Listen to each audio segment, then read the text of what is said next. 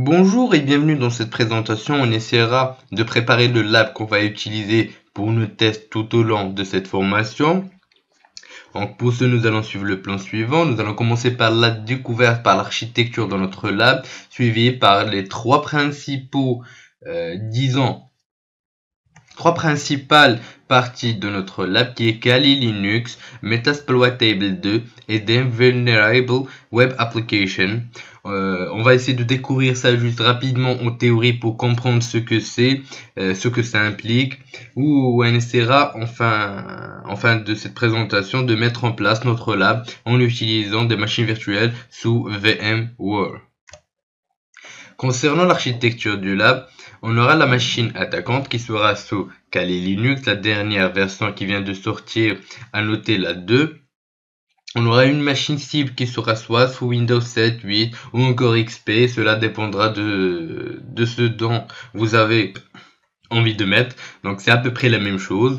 On aura un serveur vulnérable Metasploitable 2 qui contient un bon nombre de failles qui sont là introduites exprès. Vous pouvez aussi utiliser Them Vulnerable Linux si vous le souhaitez. Encore une fois, cela dépendra de vos envies, mais je vous conseille Metasploitable 2. Concernant l'application web vulnérable, on utilisera Them Vulnerable Web Application. On dispose aussi d'une autre application vulnérable qui est WebGoat. Encore une fois, je vous laisse l'embarras du choix. Vous pouvez découvrir et choisir celle qui vous arrangera. Pour nos tests, nous allons utiliser Kali Linux, Windows 7, mais aussi Metasploitable 2 concernant la machine vulnérable. Kali Linux, comme la plupart le savent, est une distribution Linux qui est sortie en 13 mars 2013, qui est basée sur Debian. C'est la succession, l'héritier de la distribution Backtrap. L'objectif de Kali Linux est donc de fournir une distribution regroupant l'ensemble des outils nécessaires aux tests de sécurité, donc les tests de pénétration d'un système d'information, notamment les tests d'intrusion. C'est vraiment une distribution qui est complète où on dispose de tous les outils dont on a besoin. Vous pouvez aussi utiliser une machine Linux, par exemple Ubuntu ou autre, y installer les outils dont vous avez besoin. Mais par préférence, Kali rassemble tout ce dont on a besoin. On retrouve aujourd'hui tous les spécialistes des pentests qui utilisent Kali Linux. Vous n'avez plus besoin d'installer des dépendances, d'avoir quelques problèmes avec certains outils ou autres. Tout cela est rassemblé au niveau de Kali. Concernant Metasploitable 2, c'est une machine virtuelle et une version volontairement vulnérable, comme on l'a dit, de Ubuntu Linux, conçue pour tester les outils de sécurité et de démontrer les vulnérabilités les plus courantes. Vous pouvez l'utiliser sous VMware, VirtualBox et bien d'autres plateformes de virtualisation. Pour notre cas, nous allons utiliser VMware. Par défaut, donc les interfaces réseau Metasploitable sont liées via NAT à des adaptateurs réseau host only. Them Vulnerable Web Application fait généralement partie des premiers labs sur lesquels on se penche pour débuter en sécurité des applications web et donc du test de pénétration au niveau des applications web. Cela nous permettra de comprendre pourquoi une vulnérabilité est présente, comment la détecter, l'exploiter, mais aussi comment s'en protéger. Je vous ai proposé Metasploitable 2 comme machine vulnérable car elle contient par défaut donc Them Vulnerable Web Application. Vous aurez de deux pierres l'une, une seule machine virtuelle qui contient tous les services qu'on a besoin de tester en termes de sécurité. Sans plus tarder, allons mettre en place notre lab. La première des choses qu'il nous faudra faire, c'est récupérer les images qu'on va utiliser dans nos machines virtuelles. On commencera par celle de Kali. On se retrouve sur le site officiel kali.org. Pour pouvoir télécharger l'image de Kali, vous allez cliquer sur Download Kali Linux. Et vous aurez une panoplie d'images. Cela va de l'image complète, des images light, on a du 64 et du 32 bits. Vous allez donc télécharger celle qui vous va avec votre système. Si vous avez donc du 64 ou du 32 bits, si vous avez assez de mémoire ou pas pour faire tourner la version complète ou encore une version light. Ensuite, on se retrouve dans le site SourceForge où nous allons pouvoir télécharger Metasploitable 2. Il vous suffira de cliquer sur le Metasploitable de Linux 2.0.0.0.zip et de télécharger donc notre machine.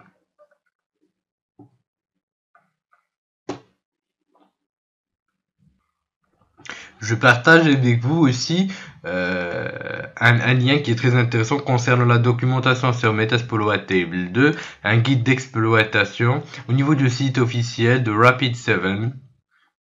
Donc vous aurez une panoplie d'exploitation possible,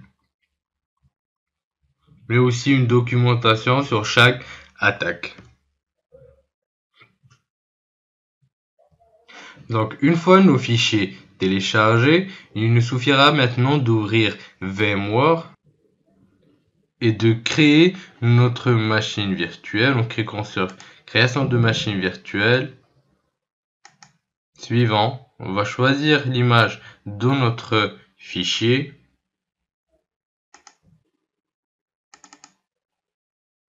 Suivant, on peut laisser les paramètres par défaut, cela ne va pas changer grand chose.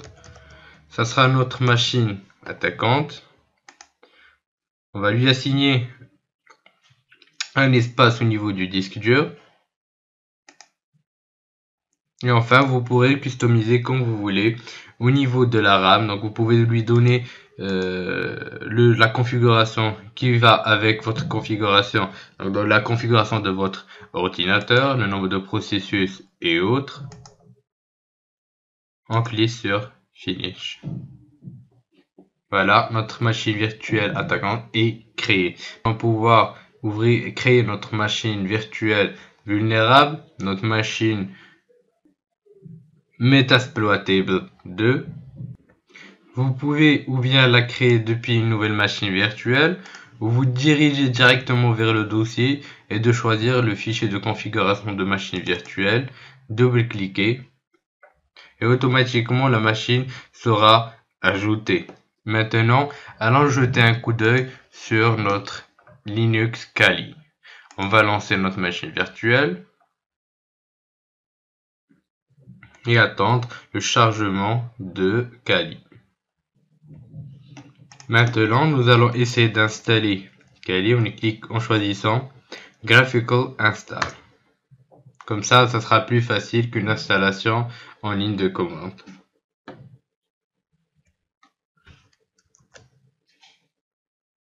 On va attendre que Kali charge toutes les données dont il a besoin.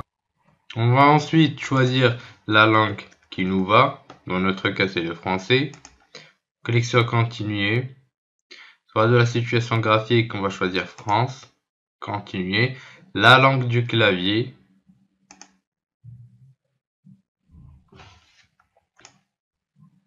Une fois tous les éléments chargés, vous aurez à donner un nom à votre système. Donc on va choisir un nom aléatoire comme Pentester.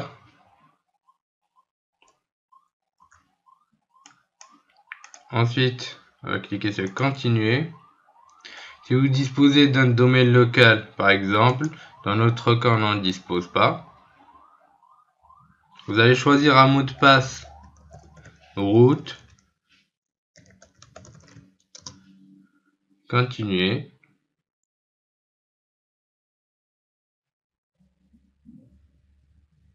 On attend ensuite la détection de tout ce qui est disque pour les partitions. Concernant le partitionnement, nous allons choisir l'utilisation du disque entier qu'on a assigné lors de la création de la machine virtuelle. Suivant, continuer. On va tout mettre dans une seule partition. Et enfin, on va lancer le partitionnement en cliquant sur oui pour appliquer les changements sur le disque.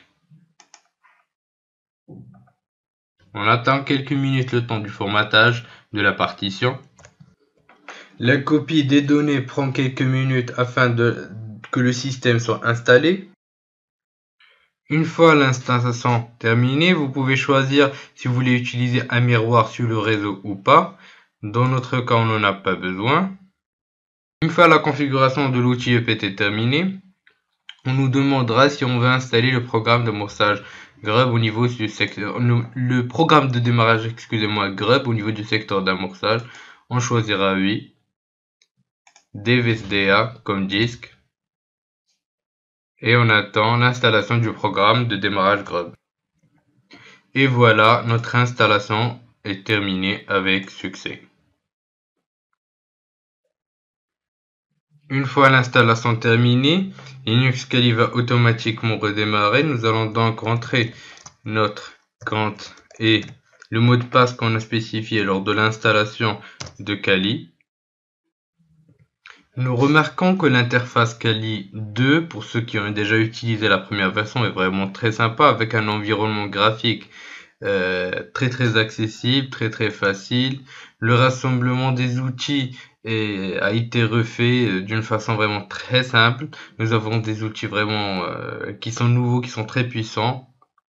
Nous disposons aussi d'outils qui ont déjà été au niveau des versions précédentes. Vous pouvez y accéder soit par la zone de recherche avec la version graphique. Vous pouvez aussi utiliser l'onglet Applications, où vous pouvez trouver tous les types d'outils dont vous avez besoin. Ils sont bien rassemblés, bien répertoriés. On a les outils les plus puissants qui puissent exister au niveau du net. Vous remarquerez qu'au niveau de VMware, c'est un peu lourd d'utiliser avec une fenêtre qui est un peu, disons, condensée. On va essayer de rétablir la chose pour pouvoir aussi bien avoir notre plein écran, mais aussi pour pouvoir transférer des fichiers entre nos machines virtuelles et notre machine. Pour ce, nous allons vers VM, install VMware Tools. Ensuite, nous aurons automatiquement un répertoire VMware Tools qui sera monté. Nous allons copier ce fichier au niveau du bureau, qui est VMware Tools suivi de la version de ce dernier. Nous allons ensuite ouvrir un terminal.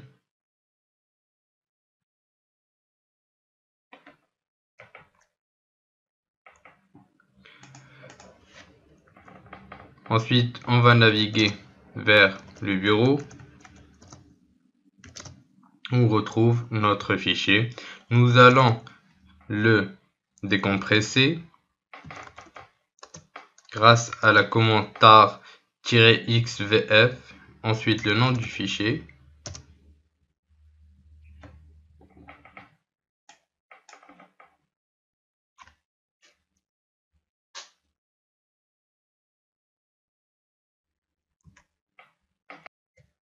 Une fois notre fichier décompressé, nous allons naviguer vers le répertoire. Ensuite, nous remarquons le fichier vmwareinstall.pl. Nous allons donc lui octroyer le droit d'exécution grâce à la commande chmod plus x vmwareinstall.pl.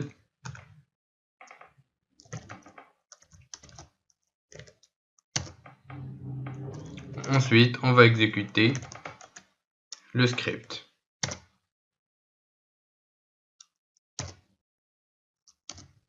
On laisse les répertoires par défaut.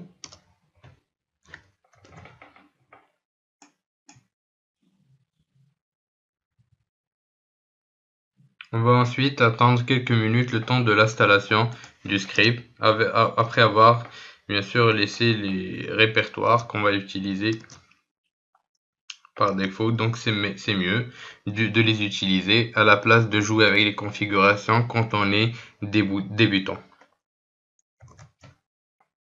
Et voilà, notre installation s'est terminée avec succès.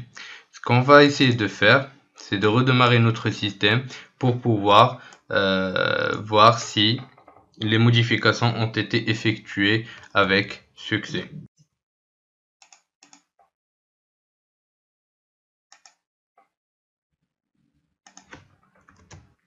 Une fois la machine redémarrée, vous pouvez essayer si cela marche en cliquant sur plein écran pour voir si ça se passe. Donc c'est parfait. Remarquons que c'est plus agréable à utiliser, aussi bien au niveau de la navigation qu'au niveau des tests, ce qu'on va voir tout à l'heure. Vous pouvez aussi tester en essayant de glisser un fichier vers la machine virtuelle, ce qui marche parfaitement bien. Donc passons au test donc, de notre machine virtuelle vulnérable Metasploitable 2. Une fois dans l'onglet de notre machine virtuelle Metasploitable 2, on va allumer cette dernière. Choisir l'option que vous avez copiée, car il faut une concordance avec les fichiers pour que votre ordinateur puisse appliquer la configuration actuelle de votre ordinateur sur les fichiers copiés. On attend quelques secondes le temps du chargement de la machine.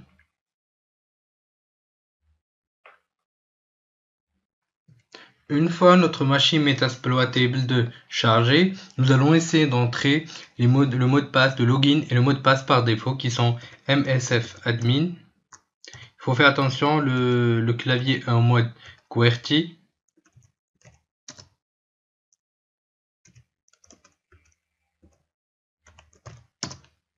Et voilà, nous avons accès à la machine. Pour connaître l'adresse IP que vous devez utiliser lors de vos tests, il suffit de choisir, de taper la commande ifconfig et vous aurez l'adresse IP qui est 192.168.133.133. Maintenant, nous allons essayer de pinguer notre machine pour voir si les deux machines peuvent communiquer entre elles. Donc on va effectuer un ping sur la machine, comme on a dit, l'adresse IP qui est 192.168.133.133. Vous pouvez vérifier l'adresse comme on vient de le citer grâce à la commande ifconfig. Donc voilà, c'est parfait. On communique parfaitement bien avec notre machine. Donc il faut annoter que la machine par défaut dans la configuration est en mode NAT. Donc si vous voulez accéder à la version web, donc au niveau de Metasploitable 2, comme on l'a dit tout à l'heure, on dispose du DEM Vulnerable Web Application. Pas la peine de le réinstaller dans une autre machine, vous pouvez directement l'utiliser au niveau de Metasploitable. Il vous faut passer en mode host only, ce qu'on va faire tout de suite. On commence par éteindre notre machine. Aller vers les composantes de la machine, la configuration, Network Adapter et on choisit Host Only. Et on réallume notre machine. Une fois notre machine virtuelle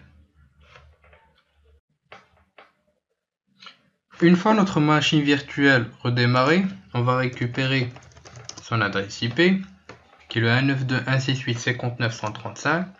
On va vers notre machine et on va essayer de naviguer vers cette adresse 192.168.59.135. Et voilà, on retrouve un portail qui rassemble tout ce que notre machine possède comme application vulnérable préinstallée. Dans notre cas, ce qu'on va utiliser, c'est le DEM Vulnerable Web Application. Et voilà, nous avons notre lab. Vous pouvez ajouter d'autres machines si vous voulez faire des tests, comme des machines Linux ou encore des machines Windows XP, 7, Windows 8 ou autres. Pendant cette présentation, nous avons pu découvrir l'architecture qu'on va utiliser lors de nos tests, ainsi que l'installation et la mise en place de notre lab.